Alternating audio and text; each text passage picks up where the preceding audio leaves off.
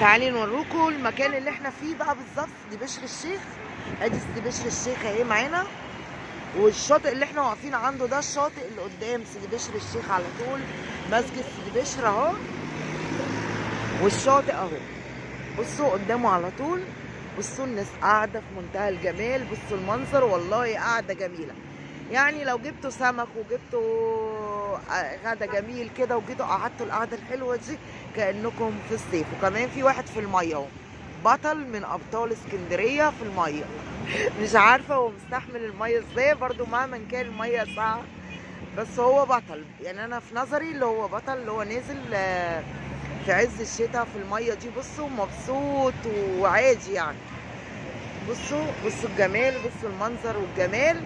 قعده جميله، يوم جميل، ممكن تقضوا يوم جميل واستنهزوا طبعا فرصه الشمس الجميله دي زي ما احنا شايفين. بصوا الشاطئ، بصوا كل حاجه موجوده في الشاطئ، كل حاجه موجوده في الشاطئ، كراسي، شماسي، هدوء. على فكره هو جو جميل دلوقتي انكم تقعدوا على البحر دلوقتي طبعا، ولا زحام ولا اي حاجه، هي قاعده بس قاعده جميله، وتصوروا وتتغدوا وتتبسطوا. يوم جميل، ان اي يوم شمس في ايام اسكندريه بيبقى جميل زي ما احنا شايفين.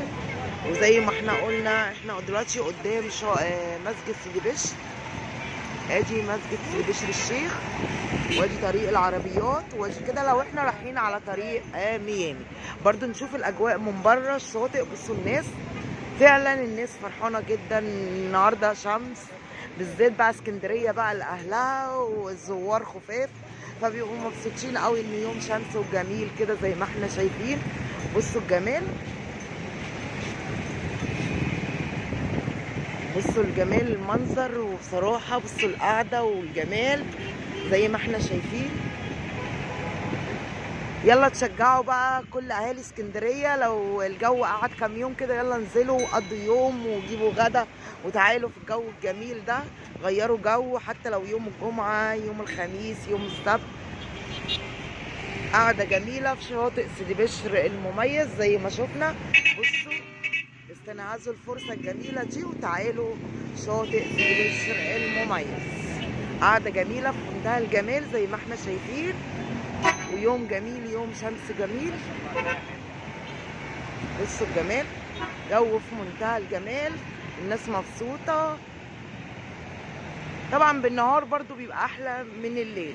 حبايبي المتابعين، دي كانت جولتنا النهارده في شاطئ سيدي بشر المميز، والجو والاجواء زي ما احنا شايفين، شمس وجمال. الجو عامل ازاي كأنه جو صيف في منتهى الجمال. دي كانت جولتنا النهارده من شاطئ سيدي بشر المميز.